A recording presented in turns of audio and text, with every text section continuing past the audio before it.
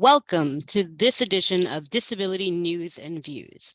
June is Immigrant Heritage Month, a time that the city of Boston recognizes and honors the diverse immigrant residents, cultures, and heritage that make up a vital part of every neighborhood. Individuals and families with immigrant backgrounds have made countless contributions to Boston, which has resulted in a more diverse, dynamic, and fun city to live in and visit. Individuals and families with disabilities who have immigrated to the U.S. often have unique challenges when trying to navigate support systems. In this month's episode of Disability News and Views, we will hear from the Mayor's Office of Immigrant Advancement to hear about some of the work that they do. But first, on today's show, we will have a community conversation with Ken. Today's guest is Murshid Buwembo. Let me share a little background about Murshid before I kick it over to Ken. Before immigrating to Boston, Murshid served as a policymaker in Uganda. In 2017 and 18, he traveled to Barcelona, Spain, to present a paper on inclusive cities at the Smart City World Congress. Locally, he's done a lot to improve services to repair wheelchairs and was featured on an NPR story to talk about the issues. And just last month, he testified to the Massachusetts State Legislature about the issue of wheelchair repair. And with that, I'm going to kick it over to Ken to talk with Murshid more about all he does in the city of Boston. Thank you, Colleen and Rashid. It's nice to speak with you. When we get started, can you please tell us a little bit about your background and coming to Boston from Uganda? How did all that come about?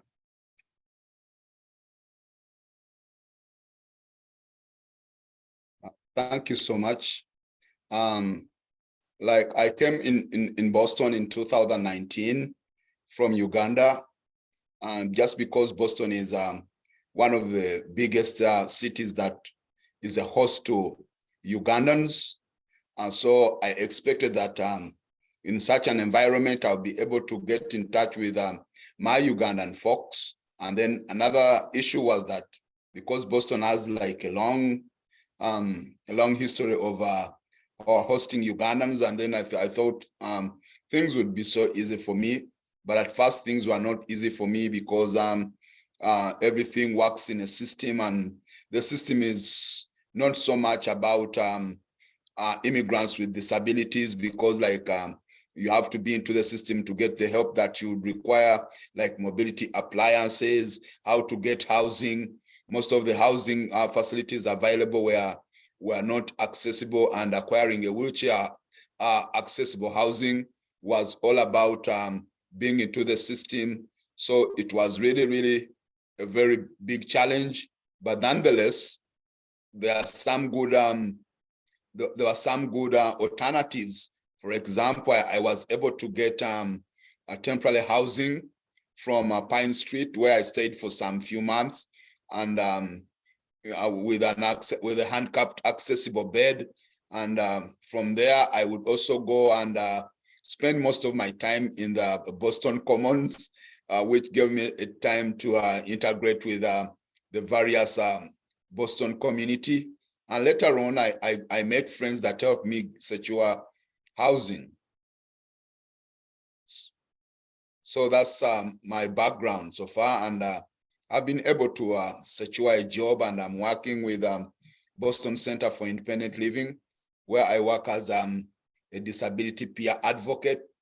And my main role is to do skills training to fellow people with disabilities. They come up with issues like how to find housing, how do they go about if they're looking for education, and then other resources. So that's a brief of what I've been doing ever since I came to Boston. And I feel I'm a Bostonian, and everything seems to be moving on well, though there are a few issues that we need to put across, most especially to have a keen eye of people with disabilities and migrants with disabilities, because every time people talk about migrants or immigrants, there is little focus on migrants with disabilities. how are they catered for in terms of like the biggest challenges, mobility? How are they catered for in terms of mobility, housing? How do they get integrated into the system as migrants with disabilities? So there are the goods and the bads, but that's what I would say. All right. Alluded to your segment that you did on NPR, National Public Radio. Can you describe, if you can, the process of repairing a wheelchair from the view of a disabled immigrant? The view of my view of repairing a wheelchair would be that there should be a system that enables a quick repair of the wheelchair in case of a breakdown. Just as I mentioned in that on that radio show, that we would like to have something as an equivalent of the AAR, whereby if a car breaks down on the road, the motorist has to call AAR or any other insurance, and then they make like an abrupt rescue. But it's not the case with wheelchairs. Yet wheelchairs are our legs, are our everything. It's like, it would be like we expect to have a response as that of maybe like of an ambulance. If maybe somebody had an heart attack, if my wheelchair breaks down, my wheelchair means anything. But that's not the case. You can find that we have like the processing rotates around service providers.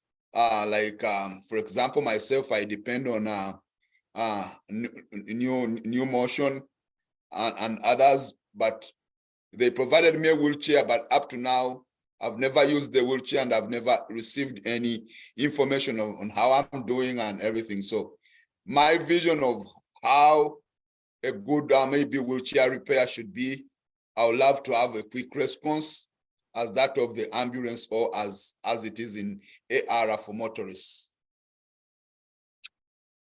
Can and should people donate used wheelchair equipment to possibly help improve this service? Sorry? Can people donate used wheelchairs or wheelchair other equipment to help others who might run into a problem with a wheelchair? Yes, I think that can be, and always people have donated wheelchairs.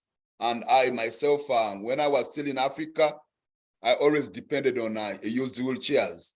But the appropriate wheelchair would be that wheelchair that is that is designed for a particular person and of a particular need. Because in most cases, that much as we use like other people's use wheelchairs, but at times they also tend to, they may bring in like a secondary disability because they are not accustomed to one user disability and needs. So it's not the most appropriate, but in terms of need or in terms of scarcity, a used wheelchair is welcome, but it's not the best of it all that should be used and recommended. All right. So if somebody has I mean, you've had a wheelchair for 25 years. Mm-hmm.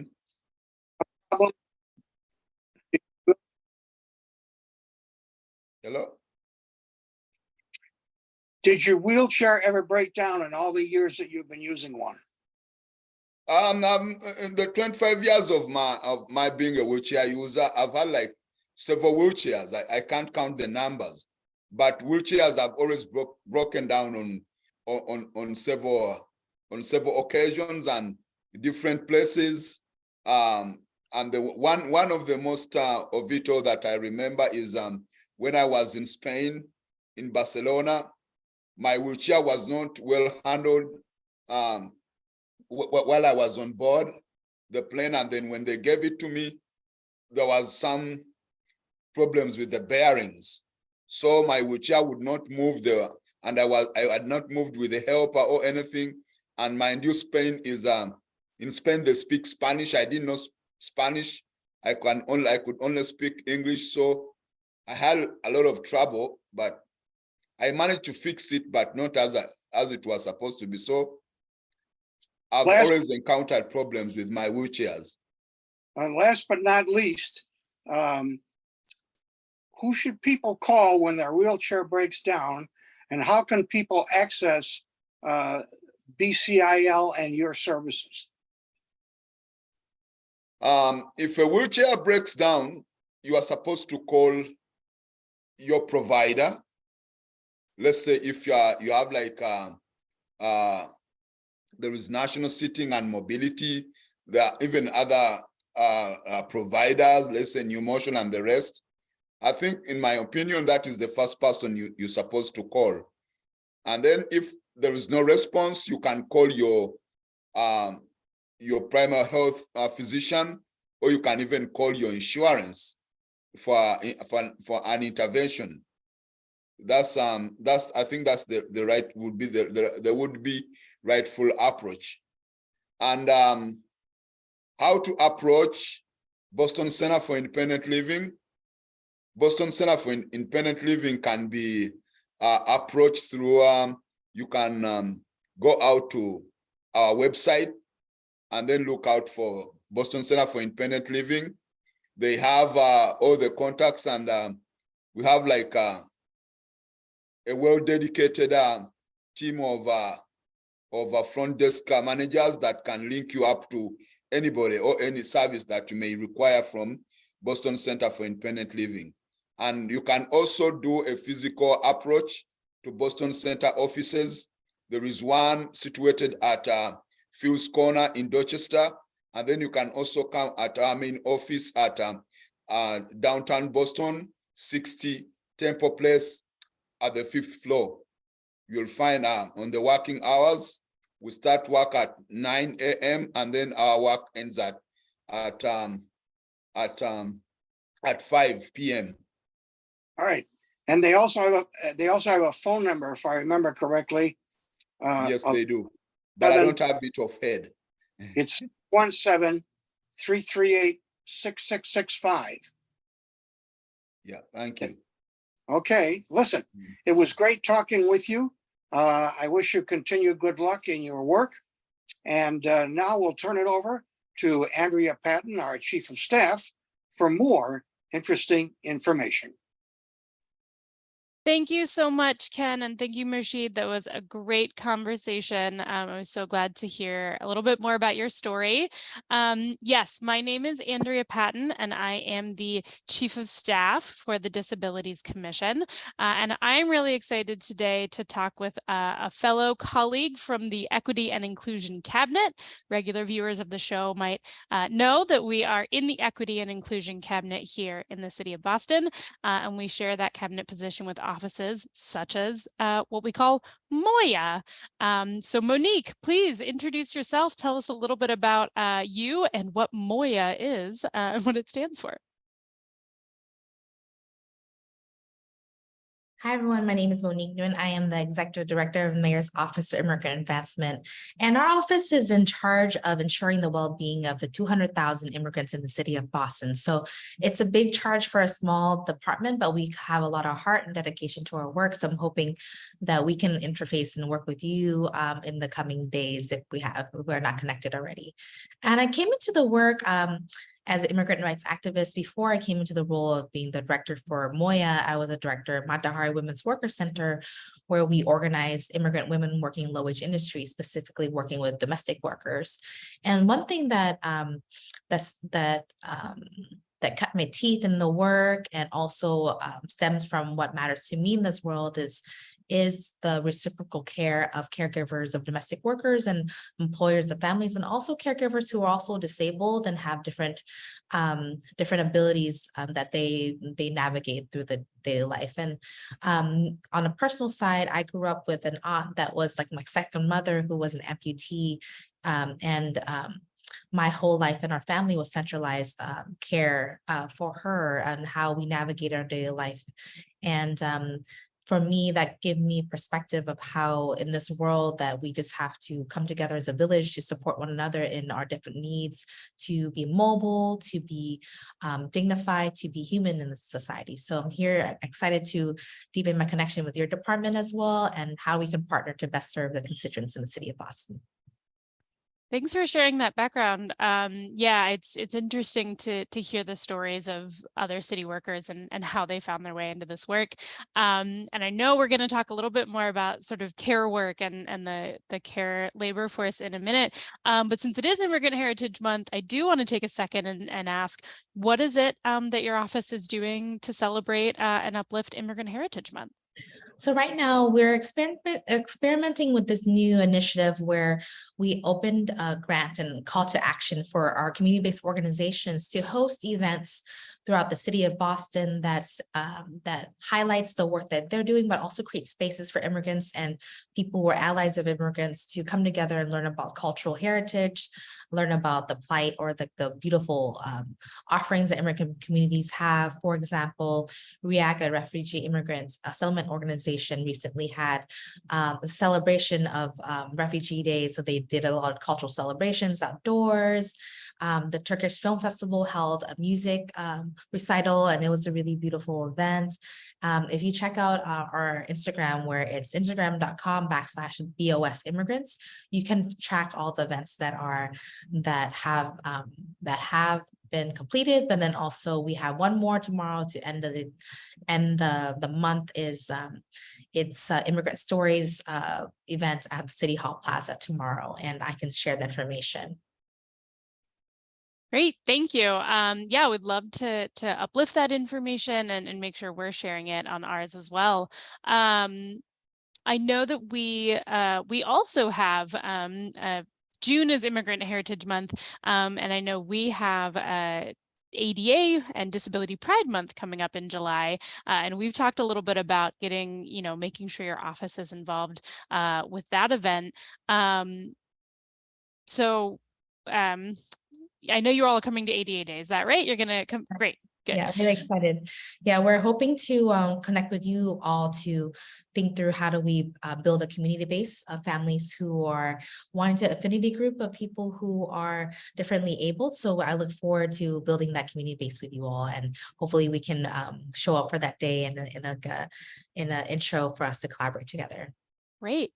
And on that note, in terms of collaborations, I know we've been in conversations, not just your office and mine, but also the Age Strong Commission about some of that work on caregiving and making sure that we're, supporting caregivers as much as those, who receive caregiving supports. And so we've talked about the shared interest of maybe the disability community, folks who are consumers and clients of PCA care, personal care attendant care, and those shared, concerns we have with our seniors who may receive home health aides and others.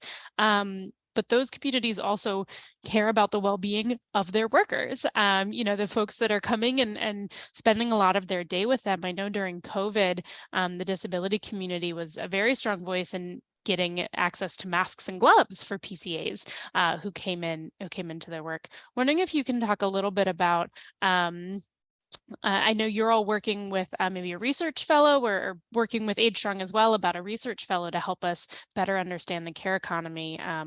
Yeah, if you could talk a little bit about that. Yeah, so that was something that I wanted to bring from the domestic workers' rights field into the city hall. So we started aligning with other departments that could be interested in looking to it too. And I believe the budget was able to be approved for a fellow to be able to do that field scan of what resources and possibilities and where the gaps are for workers and also people who are receiving care, and what we can do as a community to meet the shared need of dignified work, but also dignified care for care receivers as well, especially just recognizing that there's been a historic underinvestment in care economy and the care work. So that's a lot of the people with disabilities and families who need care have been shouldering this historical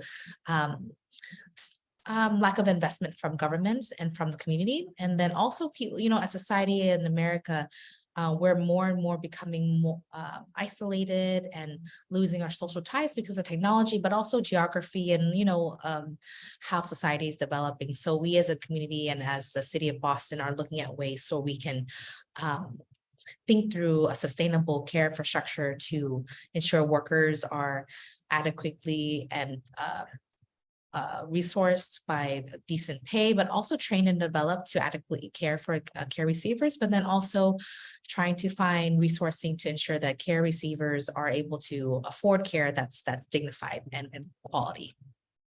Yeah, that's such important work, and I'm so glad that we're able to work together on it. I thought it's interesting your note about connecting as a community as opposed to getting sort of separated and isolated, which I know happened a lot in the pandemic, especially for many immigrant communities and for the disability community for different reasons. But I know that there are community organizations really right at the intersection of this work for both of our communities. I understand that SPACE is a grantee of yours. I don't know if you can talk a little bit about that grantee program and the kind of work that supports, for example, with the SPACE organization. So basically I would say 2/3 of our budget in the Mayor's Office of Immigrant Advancement is dedicated to the grant program, where we outreach to the community-based organizations to help us solve for the most pressing issues of our time. And we have grantees from all over the city who are implementing different projects that really help the community break isolation, but also bring people together. And I'm excited for in the coming year, because we're going to be more from the from the research project with the fellow with the care economy. We're hoping to get a lot of information from that, so we can be having to call to action to the field, to being like, okay, this is what we really need to tackle. We need to address this and this and this, and calling for partners in the field to help us tackle that. So I look forward to putting that out there. And if there's any partners who have innovative like ideas of how we can tackle building a care infrastructure that's sustainable for Boston, we look forward to partner with people in the future. That's great. That's excellent. I know we don't do grants. Sometimes folks ask if we have grant programs, but I know you all have, as you said, quite a large budget for grants, which is really great because I know there's a lot of energy in the community, and it's awesome that you're able to support those community-based organizations. Yeah, and I had just mentioned SPACE because I know it's Somali parents, parent advocates. Advocacy Center for Education, and it's made up of folks who are parents of folks of children with disabilities. And that's another area you and I have talked about in terms of supporting children, particularly children in the schools, about rights that they have in the schools. So I don't know. I know I have some things I was going to say about that, but I don't know if you want to say anything first about that collaboration. Yeah, and I would love to learn, Emily, I would love to learn more from you all to help address the needs of parents who are navigating the school system on behalf of their children who are differently abled. Included in SPACE, there's also a Vietnamese family group that are advocates for their own children who are differently abled as well. So I would love to learn more, especially as families are taking the downtime of summer break, but also preparing for a school enrollment in the fall again. What are the resources for families to learn more about their rights and responsibilities as parents of differently abled children? I wonder if you have any thoughts or resources for us to point people to, or for how we can work together to address that shared need. And right now we haven't had I was naming that we need to build different affinity groups. So this would be a great example of it, because we've been hearing a lot of parents having a hard time knowing how to feel empowered to speak up on behalf of their child, how to navigate, and also what their rights are as parents on behalf of their children, and also their children's rights. So yeah, I would love to learn more about that. Yeah, and I'm excited to really continue those conversations because one thing I like to say is, disability issues are all of the issues because disabled people are everywhere. We're in schools, we're teaching, we're working, we're on the buses, we're, in hospitals. And so all of those issues matter. And, disabled people are also immigrants too, and want to make sure we're breaking down those silos because there is so much overlap. And so we've talked about maybe doing a webinar sort of focused on immigrant families who have children in the schools, because there are a whole host of education advocates that would be, I think, more than happy to talk about what those shared issues are and what protections there are also. One thing that we've talked about, and I know I'm interviewing you, but I'll say this as well, that we are so excited to celebrate the Americans with Disabilities Act, and it's such a critical piece of civil rights movement, the civil rights movement. But we want to make sure that people know that the name Americans with Disabilities Act doesn't legally mean that only American citizens are entitled to its protections. So a lot of those civil rights protections do apply to immigrants, immigrant families of all legal statuses.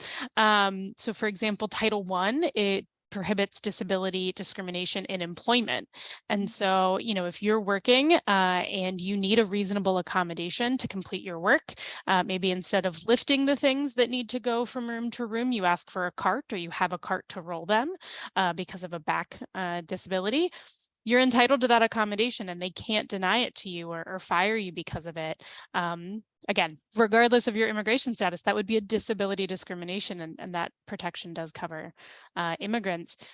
Also with immigrant specific issues. So if you're deciding if you want to take the naturalization test, maybe you're low vision and so you would like the print to be larger, a larger print font so you can have an easier time reading it, you're entitled to that accommodation on the basis of your disability. So again, I know I'm interviewing you, but we've had so many great conversations about, where the protections, meet both groups. Yeah, and I mean, it's all, I feel like this is a dialogue. So whatever information that you're sharing for us is helpful for me to be learning from that, and so I can disseminate to our communities as well. Because even though I've been a person that's been living in America for the last 25 years, I'm still learning about what the ADA does, and I think it's such a what's it called? Like not a flashy policy that people talk about regularly, but it supports a lot of our ability to navigate, and we benefited from them, whether or not we know it or identify as disabled or not. So, so I look forward to celebrating that with you all in July as well. Yeah, we like to say that, some of the biggest winners out of the passage of the ADA were parents pushing strollers, right? Because those curb cuts that are a civil right for people with disabilities and are critically important to living independently if you use a wheelchair have also helped. Parents with strollers, or, people pushing carts for groceries, or, other things on our sidewalks. So we're super excited to celebrate with you on ADA Day on City Hall Plaza, July 18th, and really to continuing to integrate our work together so that we're not thinking like we're serving two separate groups when we know that we're not. Really, that's all overlapping, right? Yeah, so many multiple identities and whatnot. Yeah. Great. Yeah, so Immigrant Heritage Month, it's really meaningful. I think it's such a really powerful month, especially for us in our cabinet, because we have many celebrations this month as different groups that historically been marginalized, for example. Even the summer, I'd say. So it's Pride Month, as you're aware of, and then there's also Immigrant Heritage Month, but also Juneteenth. So the Black community is celebrating liberation this month as well. So there's a lot of energy around the summer. So I'm excited to continue digging deeper and building community. Yes, absolutely. Same here. Celebratory summers are my favorite. With our last few minutes, just any final, message that you want to get out there in terms of constituents contacting your office, or ways that you can assist if they have questions. We can also put it up on the screen on the bottom, your website and phone number. But any last comments you have for how constituents might be able to get in touch with you and ask you questions? Great. Yes, I just wanted to make sure everyone knows how to reach us if you're feeling like you're needing any support of how to navigate city resources, or even how to get involved to change the policies and cultural conditions that impact immigrants today. Please reach out to our office. We have a great constituent services team that will respond to you if it's non-urgent within 48 hours. And we also offer free legal for immigration legal consultation connection. So we offer that on a monthly basis, a couple days a month. So if you go on our website, boston.gov/BOS immigrants or /immigrants, you can find a way to sign up for our newsletter, but also our phone number is how you can reach our constituent services team. Great. Well, that's fantastic. Hopefully folks will reach out and take advantage of those really excellent resources that you have. As a reminder, if you need an accommodation for any of those services, Monique's team is well suited to provide you those accommodations, but we are here as colleagues in the cabinet to make sure we're meeting your needs, whether related to disability, related to immigration, related to something else. We've got an interdisciplinary cabinet to support. So thank you so much, Monique, for joining us today. Happy Immigrant Heritage Month, and can't wait to work together something maybe later this fall related to education. Yeah, thank you so much, and look forward to connecting. And thank you, Colleen and Andrea, for getting us on here. Thank you, Monique and Andrea. That was a great conversation, and I hope everybody watching learned something from it. Also want to thank Ken and Murshid, and tell all our viewers until next time, have a great month, and thank you for watching Disability News and Views.